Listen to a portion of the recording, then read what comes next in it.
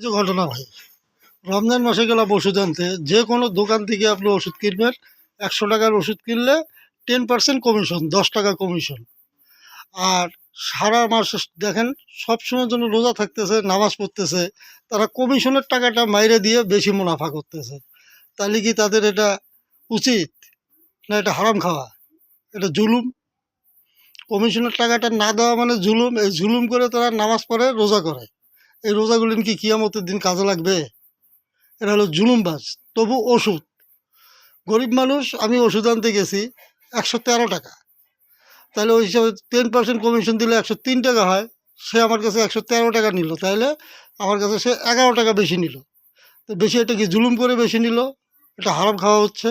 এটা হলো ওষুধের দোকানদার, ডিসপেন্সারি।